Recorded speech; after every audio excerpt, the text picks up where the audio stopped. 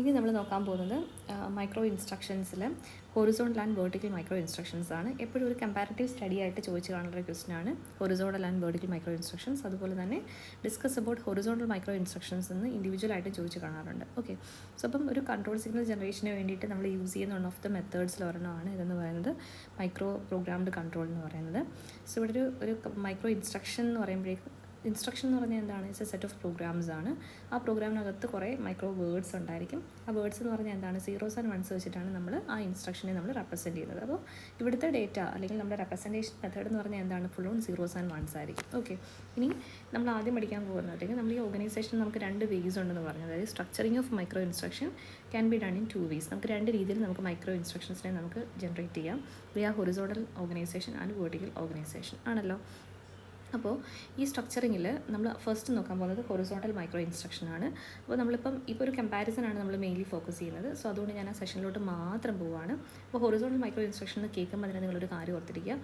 ഓരോ ഇൻസ്ട്രക്ഷനും അല്ലെങ്കിൽ ഓരോ സിഗ്നലും എന്നാൽ ഓരോ മൈക്രോ ഇൻസ്ട്രക്ഷൻ സിഗ്നൽസിന് കറസ്പോണ്ടിങ് ആയിട്ട് എന്ത് കാണും? ഒരു ബിറ്റ് വാല്യൂ ആണ്, ഒരു ബിറ്റ് വാല്യൂ ആണ്. സോ ഒരൊറ്റ ഇൻസ്ട്രക്ഷനകത്ത് കുറേ കൺട്രോൾ സിഗ്നൽസ് ജനറേറ്റ് ചെയ്യും.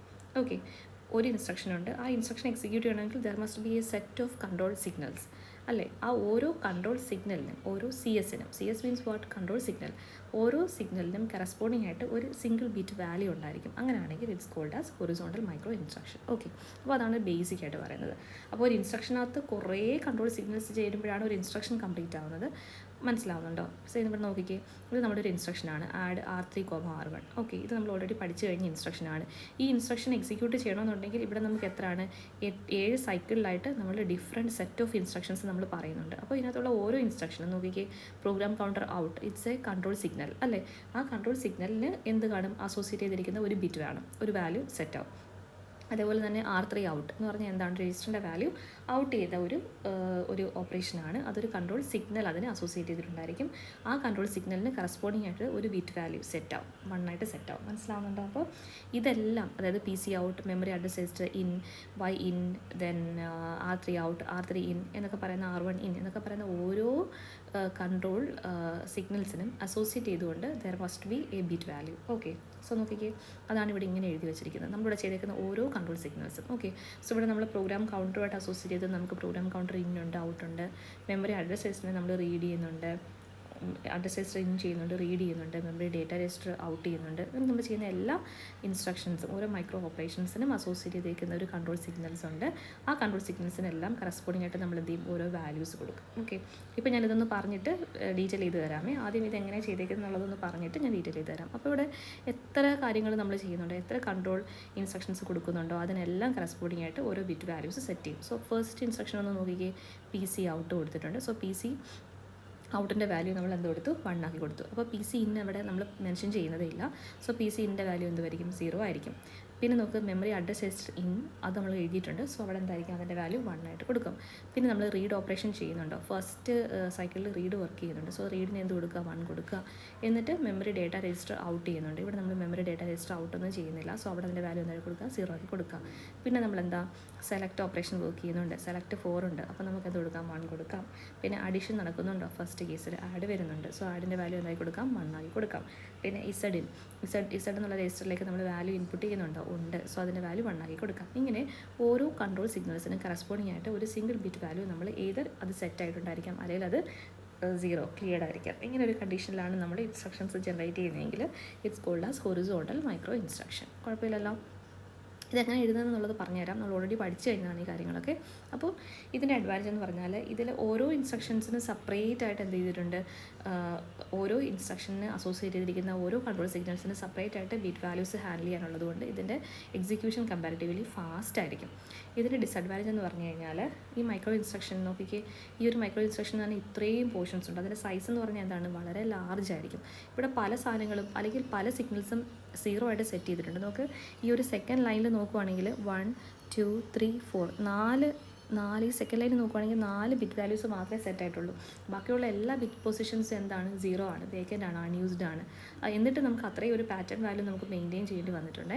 So it's most signals are not needed simultaneously. ഇവിടെ സൈസ് ഓഫ് മൈക്രോ ഇൻസ്ട്രക്ഷൻ വളരെ ലാർജ് ആണ്. Most signals are not needed simultaneously. നമുക്ക് ഈ ഓരോ വാല്യൂസ്, അതായത് ഇസഡ് ഇൻ ആവുന്ന സമയത്ത് ഇസഡ് ഔട്ട് ഒരിക്കലും ആക്ടിവേറ്റ് ആവത്തില്ല. പക്ഷേ നമുക്ക് അതിന് 2 മിനിറ്റ് നമ്മൾ സിഗ്നൽ വാല്യൂസ് 1 ഉം 0 ആയിട്ട് സെറ്റ് ചെയ്യേണ്ടി വരുന്നുണ്ട്. മനസ്സിലാവുന്നുണ്ടോ? ദാറ്റ് ഈസ് ഓരോ സിഗ്നൽ എന്ന് പറഞ്ഞാൽ എന്താണ്, മ്യൂച്വലി എക്സ്ക്ലൂസീവാണ്. അതായത് ഒരു സമയത്ത് ഒരെണ്ണം മാത്രമേ ആക്ടിവേറ്റ് ആവത്തുള്ളൂ. എന്നിട്ട് നമുക്കതിൻ്റെ വാല്യൂസിനെ മെയിൻറ്റെയിൻ ചെയ്യേണ്ടി വരുന്നുണ്ട്. അതാണ് ഇതിൻ്റെ മെയിൻ പ്രശ്നം എന്ന് പറഞ്ഞു കഴിഞ്ഞാൽ ഈ ഒരു പാറ്റേൺ, ദാറ്റ് ഈസ് എന്താണ്, ഹൊറിസോണ്ടൽ മൈക്രോ ഇൻസ്ട്രക്ഷൻ പാറ്റേണിൻ്റെ മെയിൻ പ്രശ്നം എന്ന് പറഞ്ഞാൽ. നോക്കി, ഈ താഴത്തെ 7th ലൈനിൽ നമുക്കാകെ 3 ബിറ്റ്സ് മാത്രമേ സെറ്റ് ആവുന്നുള്ളൂ. ബാക്കി എല്ലാ ബിറ്റ് പാറ്റേൺസും നമുക്ക് മെയിൻറ്റെയിൻ ചെയ്യണം, പക്ഷേ അതിന് യൂസ് ഇല്ല, അല്ലേ? ഓക്കെ, അപ്പം ഇതാണ് ഹൊറിസോണ്ടൽ മൈക്രോ ഇൻസ്ട്രക്ഷൻ്റെ മെയിൻ ഡിസഡ്വാൻറ്റേജ് എന്ന് പറയുന്നത്. ഇനി നമുക്കിതിനെ ഓവർകം ചെയ്യാൻ വേണ്ടിയിട്ടാണ് നമ്മൾ എന്ത് ചെയ്യും, ഈ ഒരു ഓൾമോസ്റ്റ് മ്യൂച്വലി എക്സ്ക്ലൂസീവായിട്ടുള്ള സിഗ്നൽസിനെ എല്ലാം, ഒരേപോലത്തെ സിഗ്നൽസിനെ എല്ലാം നമുക്ക് എന്ത് ചെയ്യാം, ഗ്രൂപ്പ് ചെയ്തൊരു സിംഗിളായിട്ട് നമുക്ക് യൂസ് ചെയ്യാം. ഓക്കെ, അപ്പോൾ അതിന് വേണ്ടിയിട്ട് നമ്മളൊരു എൻകോഡിങ് സ്കീം നമ്മൾ യൂസ് ചെയ്യുന്നുണ്ട്. അപ്പോൾ ശരിക്കും പറഞ്ഞാൽ ആ ഒരു മെത്തഡാണ് നമ്മുടെ വെർട്ടിക്കൽ മൈക്രോ ഇൻസ്ട്രക്ഷൻ എന്ന് പറയുന്നത്. We can reduce the length of the horizontal micro instruction to easily by implementing another method known as vertical micro instruction.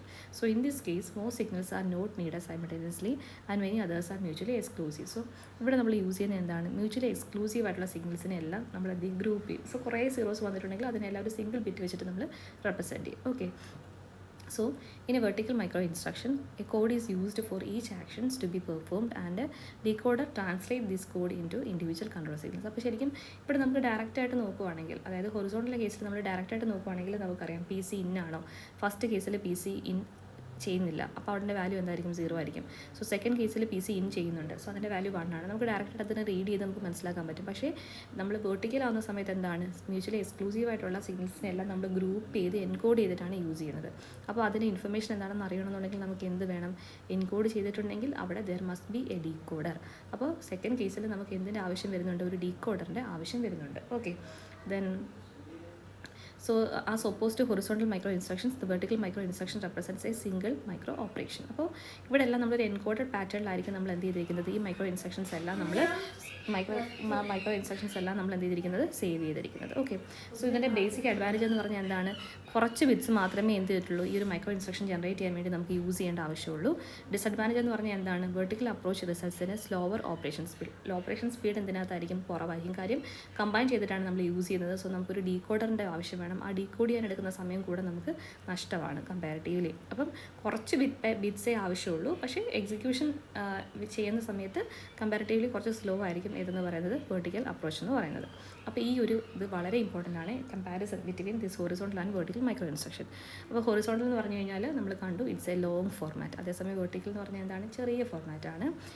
Then horizontal has the ability to express a high degree of parallelism. Parallelism എന്ന് പറഞ്ഞാൽ എന്താ, നമുക്ക് ഒരേ സമയത്ത് ഒന്നിൽ കൂടുതൽ control സിഗ്നൽസിന് ഇവിടെ active ആവാനായിട്ടുള്ള capacity ഉണ്ട്, അല്ലെങ്കിൽ പോസിബിലിറ്റി ഉണ്ട്. ഇതിൻ്റെ കേസിൽ ഹൊറിസോണ്ടൽ മൈക്രോ ഇൻസ്ട്രക്ഷൻ നമുക്ക് പി സി ഔട്ടായിരിക്കുന്ന സമയത്ത് തന്നെ മെമ്മറി അഡ്രസ് രജിസ്റ്ററിന് ഇന്നാവാൻ പറ്റും. അതായത് പാരലിസം, ഒന്നിൽ കൂടുതൽ കൺട്രോൾ സിഗ്നൽസ് ഒരു സമയത്ത് ആക്റ്റീവ് ആകാനായിട്ട് എവിടെ പോസിബിലിറ്റി ഉണ്ട്, ഹൊറിസോണ്ടൽ മൈക്രോ ഇൻസ്ട്രക്ഷനിൽ പോസിബിലിറ്റി ഉണ്ട്.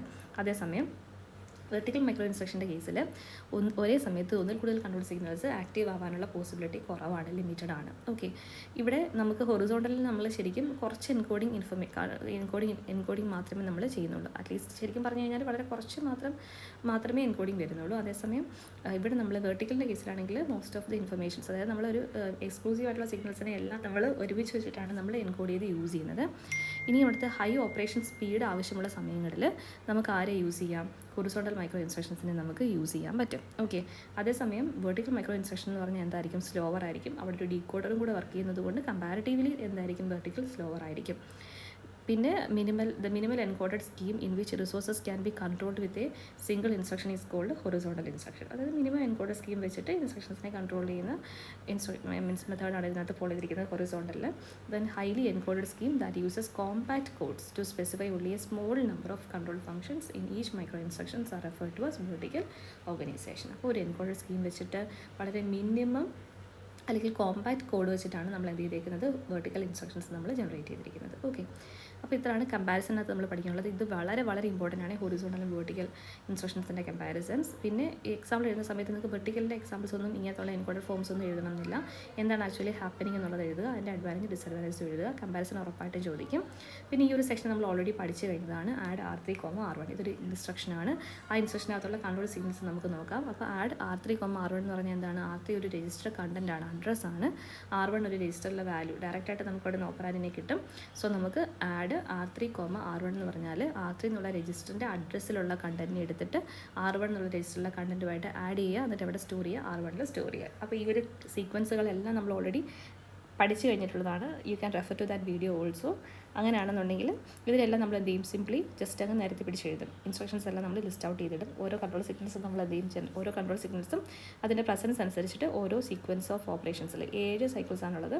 സോ 7 സൈക്കിൾസിലും ഓരോ സമയത്ത് സെറ്റ് ആവുന്നതും റീസെറ്റ് ആവുന്നതായിട്ടുള്ള വാല്യൂസിനെ നമ്മൾ പ്രസൻസും ആബ്സെൻസും നമ്മൾ 1s and 0s വെച്ച് നമ്മൾ റെപ്രസെൻറ്റ് ചെയ്യും. അത്രേ ഉദ്ദേശിക്കുന്നുള്ളൂ കേട്ടോ. അപ്പോൾ ഈ ഒരു ഓർഡർ ഇങ്ങനെ തന്നെ ഒരു സ്പെസിഫിക് ഓർഡറിൽ തന്നെ കൊടുക്കണം എന്നൊന്നുമില്ല. ഓരോ സമയത്ത് ഏതൊക്കെ ഇൻസ്ട്രക്ഷൻസ് സെറ്റ് ആവുന്നുണ്ടെന്നുള്ളതനുസരിച്ചിട്ട് നമ്മളതിന് എഴുതിയിരുന്നാൽ മതി. ഓക്കെ, അപ്പോൾ ആബ്സെൻസ് ആണെങ്കിൽ 0 കൊടുക്കുക, പ്രസൻറ്റ് ആണെങ്കിൽ 1 കൊടുക്കുക. ഒരു ഫസ്റ്റ് സെക്ഷൻ നോക്കാം. ഫസ്റ്റിൽ PC ഇൻ നമുക്ക് വന്നിട്ടില്ല. അപ്പോൾ നമ്മളെന്ത് കൊടുത്തു, PC in 0 കൊടുത്തു. അവിടെ PC ഔട്ടാണ് 1 ആവുന്നത്. സോ PC ഔട്ടാണുള്ളത്. സോ PC ഔട്ട് 1 കൊടുത്തു. സോ നമ്മൾ നേരെ മെമ്മറി അഡ്രസ് രജിസ്റ്ററിൻ്റെ കണ്ടന്റ് നോക്കുന്നുണ്ട്. സോ നമ്മൾ എന്ത് ചെയ്തു, മെമ്മറി അഡ്രസ് രജിസ്റ്റർ ഇൻ കൊടുത്തു. അതിനുശേഷം നമ്മൾ എന്ത് ചെയ്തു, റീഡ് ഓപ്പറേഷൻ ചെയ്തു. We are reading the data. Memory data രജിസ്റ്ററിനെ നമ്മൾ ഔട്ട് ചെയ്യുന്നൊന്നുമില്ല. അതിൻ്റെ വാല്യൂ നമ്മൾ എന്ത് കൊടുത്തു, 0 കൊടുത്തു. ദെൻ ഇൻസ്ട്രക്ഷൻ രജിസ്റ്ററിനെ നമ്മളിവിടെ ഹാൻഡിൽ ചെയ്യുന്നില്ല. സോ അതിൻ്റെ വാല്യൂ എന്ത് കൊടുക്കുക, 0 കൊടുക്കുക. ദെൻ Y in നമ്മളൊന്നും ചെയ്യുന്നില്ല. സോ അവിടെ എന്ത് കൊടുക്കുക, Y in എന്ത് കൊടുക്കുക, 0 കൊടുക്കുക. സെലക്ട് ഓപ്പറേഷൻ ചെയ്യുന്നുണ്ട്, സെലക്ട് 4 വരുന്നുണ്ട്. സോ സെലക്ട് നമ്മൾ എന്ത് കൊടുക്കുക, 1 കൊടുക്കുക. ദെൻ ആഡ് ആക്ഷൻ നമ്മൾ ചെയ്യുന്നുണ്ട്, ഫസ്റ്റ് സെഷനിൽ ഉണ്ട്. അപ്പോൾ നമുക്ക് ആഡിൻ്റെ വാല്യൂ 1 കൊടുക്കാം. ഇസഡിലേക്ക് നമ്മൾ വാല്യൂ ഇൻപുട്ട് ചെയ്യുന്നുണ്ട്. സോ ഇസഡിന് 1 കൊടുത്തു. ഇസഡിന് നമ്മൾ ഔട്ട് ചെയ്യുന്നൊന്നുമില്ല ഇവിടെ. പിന്നെന്ന് പറഞ്ഞാൽ എന്താണ്, R1 ആയിട്ടൊരു റോളും ഇല്ല അവിടെ. സോ R1 0 കൊടുത്തു. R1 ഇന്നും ഇല്ല, R1 ഔട്ടും ഇല്ല, R3 ഔട്ടും ഇല്ല. Then wait for memory function നമ്മളവിടെ ചെയ്യുന്നില്ല. നമ്മുടെ പ്രോസസ്സിൻ്റെ അല്ലെങ്കിൽ നമ്മുടെ ഈ ഒരു ഇൻസ്ട്രക്ഷൻ സീക്വൻസിൻ്റെ എൻഡ് നമ്മളവിടെ ചെയ്യുന്നില്ല. സോ നമുക്ക് അത്രയും കാര്യങ്ങൾ എല്ലാം നമുക്ക് എന്ത് കൊടുക്കാം, 0 കൊടുക്കാം. വളരെ ലെങ്തി സീക്വൻസ് ആണ്. പക്ഷേ അതിനകത്ത് റെലവൻ്റ് ആയിട്ടുള്ള ഇൻഫർമേഷൻ ഉള്ളത് ചെറിയ ചെറിയ കൺട്രോൾ സീക്വൻസ് മാത്രമേ നമ്മുടെ സെറ്റ് ആവുന്നുള്ളൂ. പക്ഷേ അത് ഫുൾ ഇൻഫർമേഷൻ നമ്മൾ മെയിൻറ്റെയിൻ ചെയ്യേണ്ടി വരുന്നു. അതാണ് ഇതിൻ്റെ ഒരു ബേസിക് ഡിസഡ്വാൻറ്റേജ് എന്ന് പറയുന്നത്. ഓക്കെ.